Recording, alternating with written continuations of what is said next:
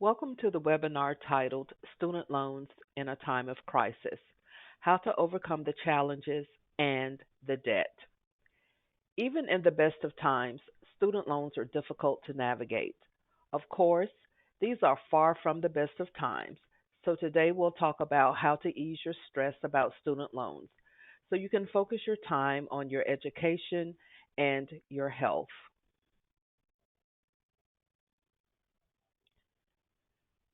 The sad truth is, even before the pandemic, student loans were already being called a crisis.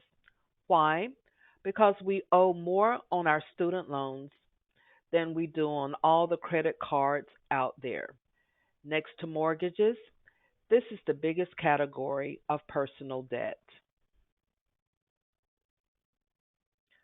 Of course, when you talk about $1 trillion, it's hard to even grasp the number. So, how about these numbers? 40 million American adults owe student loans, with 6 million owing more than $50,000. So basically, almost a fifth of the country is making student loan payments, and millions of them are struggling. Add a pandemic on top of that, and you can see how dire the problem is. So, before we review some of the proven advice for easing your student loan burden, you might be asking yourself, who's giving me all this advice? Well, Consolidated Credit is a nationally recognized credit counseling agency with an A-plus rating from the Better Business Bureau. We've been around for nearly 30 years. So while the pandemic is new in our lifetimes, we've seen plenty of recessions. Thankfully, we can advise you because we've been through tough times before. During the coronavirus shutdown, the federal government enacted stimulus measures that affected student loans, and they might not be done yet. As of today, the CARES Act is still in effect, and it definitely affects student loans. And Congress, while at one time was debating a follow up stimulus package called the HEROES Act, that is no longer in the process. But there still has been things to happen to affect student loans and those that pay them. So let's talk about the CARES Act. Beginning January 13th, 2020, and running through September 30th, 2020, the CARES Act stated interest won't accrue on your student loans. This term is extended to January 31st, 2021. We will discuss additional extensions a little later. Basically, your new interest rate is 0%. Now, in October 2021, though your interest rate will be back to normal, so look out for that. Since the average student loan interest right now is 5.8%, we've been feeling a pretty nice relief. That's a good chunk of money that we've been able to save. The CARES Act also paused federal loan payments automatically. You don't need to do anything. You don't need to go to your lender and ask because it's already done for you. But if you have a job and you have the money, you should still make those payments. Why, you may ask? Because pausing payments doesn't mean your debt is going away. The sooner you pay off your loans, the sooner you can save for other things. So if you still want to work toward paying down your student loan debt, call your loan servicer and reinstate your monthly payments. Now, while the HEROES Act was approved by the House of Representatives, it stalled on the Senate floor.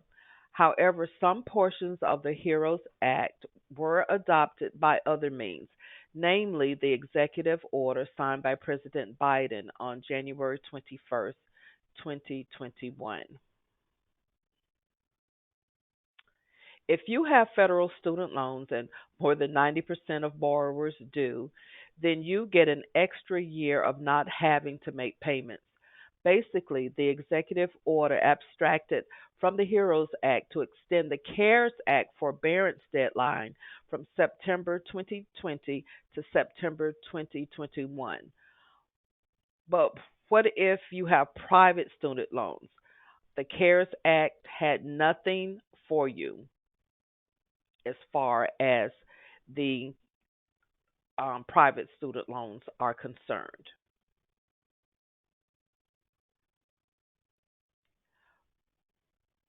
President Biden would like Congress to work to cancel $10,000 for all federal student loan borrowers. Some members are pushing for as much as $50,000 in debt cancellation by executive order. We will have to wait and be patient and see if this comes to pass, and hopefully it does. That's just the broad strokes of the CARES Act and the now defunct HEROES Act and the executive orders that were signed. There's a lot of fine print and complex rules about who qualifies in terms like capitalized interest. These are, after all, government programs. Even without a pandemic, the rules for saving on student loans can make your head spin. We're going to review those now because the pandemic will end someday. Student loan payments will become due, and student loans will still be a huge problem in this country. But as we discuss them, please keep something important in mind. There's more help available, and we'll help you find it for free.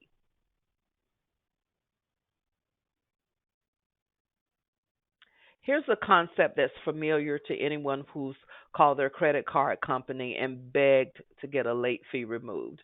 Yes, sometimes just asking works. Your servicer wants you to keep making payments, so sometimes they'll give you a forbearance, which means you can temporarily stop paying your student loans. Basically, it's like a hold button for your student loan payments. Thing is, you need a darn good reason for such incredible debt relief. These so called discretionary forbearances require your servicer's permission. So if you can't make your payments due to a change in jobs or medical expense or some other financial difficulties, your servicer can decide to give you a forbearance. Then there's mandatory forbearance, which means your servicer can't deny you the forbearance if you qualify. And here are a few examples. What's it take to qualify? Well, if you're on a medical internship or residency program, or if you're in the National Guard and got activated by the governor, or if your payment is more than 20% of your monthly gross income, then you may get a mandatory forbearance. There are so many other scenarios. You need to spend just a few minutes conducting your research and plugging in your own particular circumstances. The few minutes you spend might save you thousands upon thousands of dollars. Whatever forbearance you qualify for, you can get up to 12 months of making no payments. In total, you can get 3 rounds of 12-month forbearances before you max out. That gives you plenty of time to get your financial life in order. But remember, you still owe the loan amount. In fact, under a forbearance, your interest charges continue to accrue. And because you're not making payments, that means your overall loan debt increases. So you get some relief now, but later on you'll pay for it. And of course, the rules are different for private student loans because the rules are always different for those, which we'll discuss a little later. Still, anything is better than defaulting on your student loans, which is what happens when you don't make payments for 270 days or more. That means your wages can be garnished, your credit score is trashed, and any future tax refunds and other federal benefits can be withheld. Don't want you to go down that road. Let's talk about deferments now. As you can already see, student loan jargon can get very particular and difficult. In this instance, a forbearance and a deferment are more similar than different. In fact, the only major difference is that with a deferment, you might not owe that accrual of interest we just talked about. Like a forbearance, you must have some pretty serious circumstances that prevent you from making those monthly payments, like, say, cancer treatment or a job layoff. Now, this is just a rough overview of forbearances and deferments. You want to know how detailed it can get? Here's a quote from the Federal Student Aid website, and it reads: You may be eligible for a deferment of your federal student loan if you are a parent who received a Direct Plus loan or a FFEL Plus loan, while the student for whom you obtained the loan is enrolled at least half time at an eligible college or career school, and for an additional 6 months after the student ceases to be enrolled at least half time. But don't worry, by the time we're done, we'll show you a path out of this wilderness. Trust me. Now, let's talk about the government, and that is the federal government. It offers a myriad of programs to help you cope with your student loan debt. The first is called the Income Based Repayment Program, or IBR. If you have federal loans and can demonstrate a financial hardship, you qualify. Basically, an IBR matches monthly payments to your income. It's the government's way of acknowledging that the salary you earn after you get a degree usually doesn't exactly match the expense you incurred to get it. For example, the program adjusts the monthly payments on your federal direct student loan debt to your income and family size. If you have lower income and a larger family, it reduces your student loan payment requirement. In general, enrollees spend between 10% to 15% of their take home income to repay student loans under an IBR. This reduces the burden of a student loan repayment on your budget, but the government acknowledges that this can increase total costs over the life of your loans. Still, it helps you greatly in the short term. Just to make these programs extra confused extra confusing, that is, there's also one called an income contingent repayment plan. The ICR is a little different than an IBR. While both adjust your monthly payments based on your income, the ICR has a few important differences. First, you don't need to show any crushing financial problems to qualify. On the downside, unlike IBR, ICR doesn't stop your monthly payments from increasing indefinitely along with your income. So, how do you choose between them? Well, we'll answer that a little later because we're not even halfway through the complex options available to you. Like I said earlier, once we've gone through all of the options, we'll show you an easy way to navigate the process. And just to heap some more stuff on you, there's a third federal loan relief program that matches monthly payments to your income. It's called Pay as You Earn. It's even better than an IBR at reducing monthly payments. It was updated and expanded a few years ago into yet another option called REPAYE, which stands for Revised Pay as You Earn. But the concepts are still the same. Your monthly payments are reduced to 10% of your discretionary income. And after 20 or 25 years, whatever balance is left is forgiven and forgotten. You pay nothing more. So, what's the difference between the two? That's very subtle. For instance, to qualify for PAYE, you must have a partial financial hardship.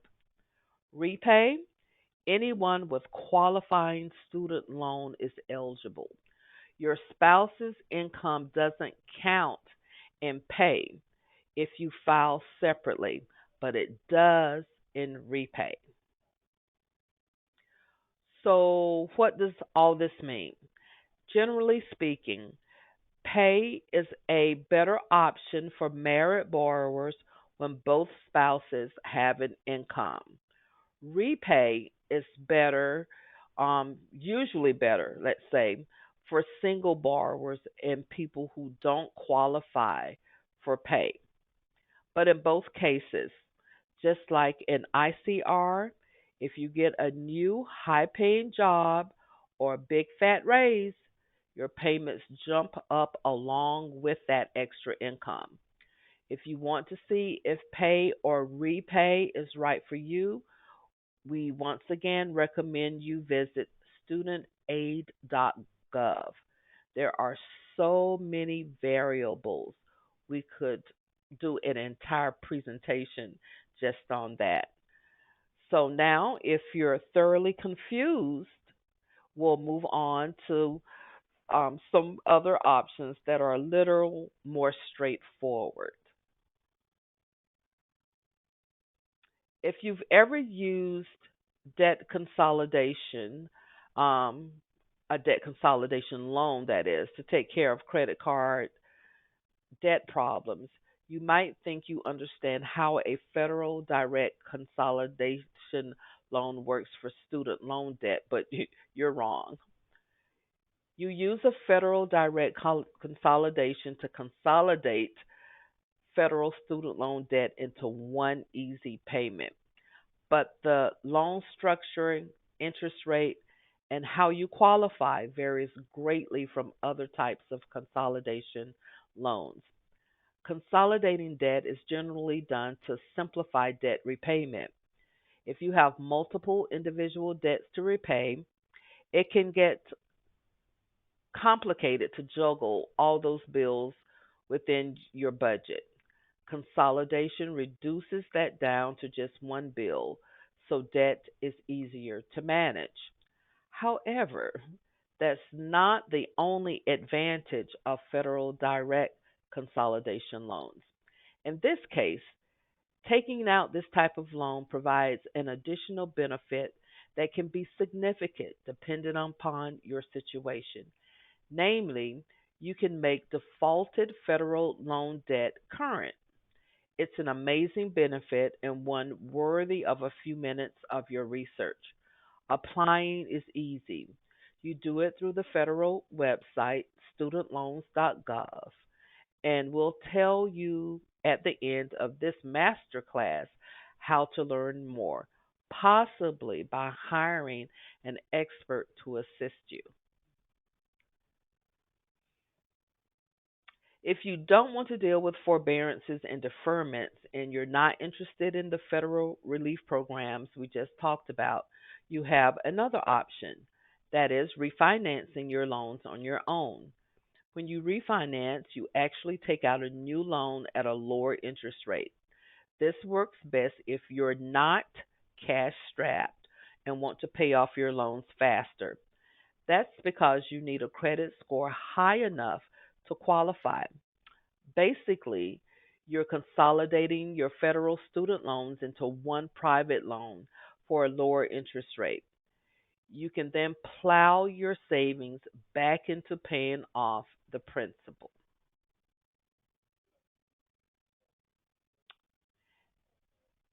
Here are the five first steps you need to take, starting with the simple step of figuring out how much you want to refinance. Then you need to record the balance and APR on those loans so you can shop for a better deal. But remember, when you apply for a new loan, the result is a hard inquiry on your credit report. That can temporarily drop your credit score. It's not a huge deal, but it's worth mentioning because if you apply for too many loans in a short time, you could end up paying more. So, for instance, you don't want to refinance your student loans at the same time you're applying for a new credit card and secure a new auto loan. All those inquiries, not to mention the new credit, could drop your score and raise your rates. And now we get to the most enticing but most complicated part of this master class on student loans. Can you really get your hefty student loan balances forgiven? The answer is yes, but the Public Service Loan Forgiveness Program, or PSLF for short, provides a path to federal student loan forgiveness.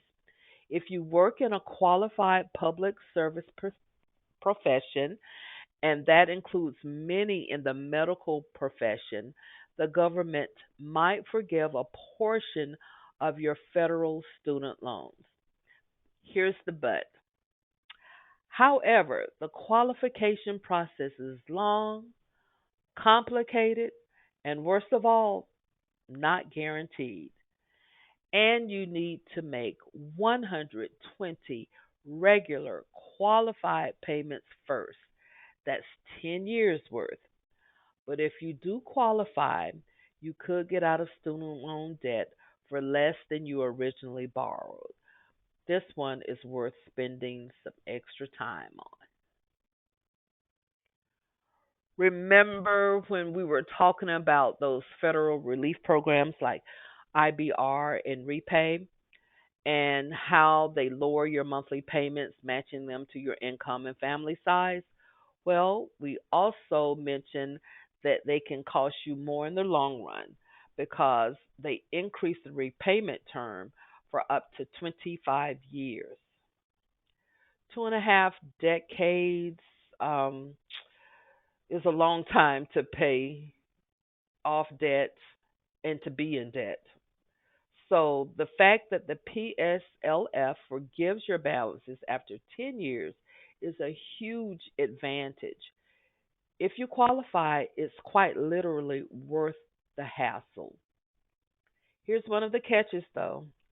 To qualify, you must first enroll in one of those federal relief programs like IBR, ICR, or REPAYE. And you must recertify your income every year to remain eligible. As an aside note, you can see why some folks choose to refinance their own student loans.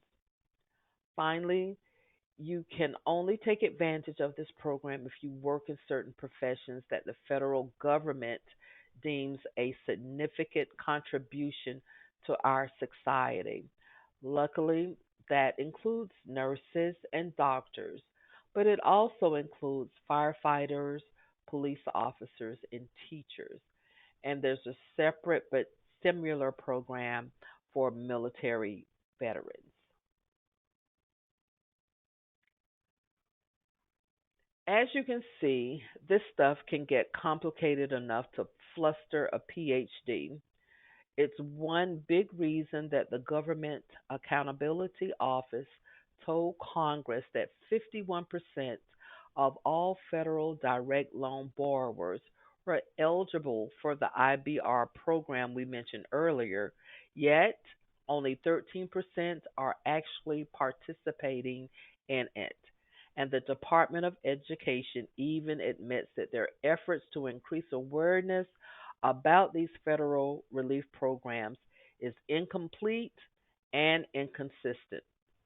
That's why you might consider hiring a professional. Think of it like your taxes. If your income taxes become too complex, you can hire a CPA or tax preparer who not only saves you the time and aggravation, but can also find ways to save you money. Hopefully, more than enough to cover the cost of hiring them in the first place. That's been happening more and more in the student loan world. In just a moment, we'll talk about student loan scams to watch out for because let's review how to find solid professional help. Let's do that first. First, spend a few minutes looking them up online. Have they been doing this for a while? The best firms have at least a few years under their belts. Second, check for online reviews, and that includes personal finance websites that often field questions from confused or irate consumers. Third, if the firm has an excellent rating with the Better Business Bureau, then that's a very big plus. Finally, see if these firms are recommended by other sites. Some of those sites actually recommend only those firms that agree to adhere to a code of ethics. If you want to learn more about this option, and if you're a busy professional, I recommend exploring it. You can call a consolidated credit counselor here at Consolidated Credit to learn more. With this much money on the line, some bad actors are bound to come after you. While new scams pop up all the time, let's review the big ones, which are also, thankfully, the easiest to spot. Let's begin with the advance fee scam. This happens when one of those agencies we talked about insists you pay a small upfront fee. This can be up to $1,000. Unless the money is being held in escrow, you shouldn't pay money first to save money later. Legitimate third party companies don't charge you until they start working for you and getting results. A version of this same scam charges you a consolidation fee or a processing fee or an administrative fee for consolidating all your federal student loans. Thing is, you can do that on your own for free at studentloans.gov. If you want someone to do this for you, you can certainly pay for the service, but if the company doesn't tell you up front about the free DIY option, then they're not being ethical. Finally, as if lawyers don't have a bad enough reputation already, there's the law firm scam. A lawyer or someone who says they're a lawyer claims to be able to settle your student loan debt for pennies on the dollar. All you have to do is send your student loan payment to them instead of your servicer. The law firm will negotiate with your servicer and reduce what you owe. Except the law firm never makes a payment. They keep your money and you go into default because your servicer hasn't heard from you. In the worst cases, the law firm actually comes back and offers to negotiate with your servicer to get you out of default. Anyone want to guess if they actually do that? If you take nothing else away from this class of student loans, learn this. Stick to the third party resources who have been around for a while, who have excellent online reviews, and who have an A plus ratings with the Better Business Bureau. So far, almost everything we've discussed has involved federal student loans. There's a good reason for that. Federal loans represent around 94% of all student loans. Private loans are only a fraction. What is a private loan? Simple. You go to a bank or other private lender and secure a student loan just like you would, say, an auto loan. Because these go through private financial institutions that face competition, their customer service is often better than some of the horror stories you read about from federal student loan servicers. Then again, you're not eligible for those federal relief programs. Your options are pretty much to throw yourself on the mercy of your lenders or consolidate your loans like we talked about a few minutes ago. Many Americans with private student loans also have federal loans. They took out the private loans to cover what federal loans couldn't. So when you call a third party company to help with your loans, they can offer you some general advice because if I haven't said this before, student loans are a complicated subject matter. Just some random notes here, since we get asked these questions all the time. First, when you apply for forbearances, deferments of federal relief programs, your credit score isn't affected. However, if you try to refinance your loans on your own, your credit score can be affected. The most common mistake: apply for multiple refi loans instead of just asking for quotes. It triggers a every time you apply, it triggers a hard inquiry, which drops your credit score a tad. As you can see from this master class, figuring out how you'll save on your student loans often involves knowing exactly what you earn and spend now. Now, realize that giving you advice to create a budget is like telling you to floss your teeth. We all know that it's a good idea, but it's boring. Well, imagine if you could have a robot floss your teeth for you. That's how you can budget these days. Online tools make budgeting very easy.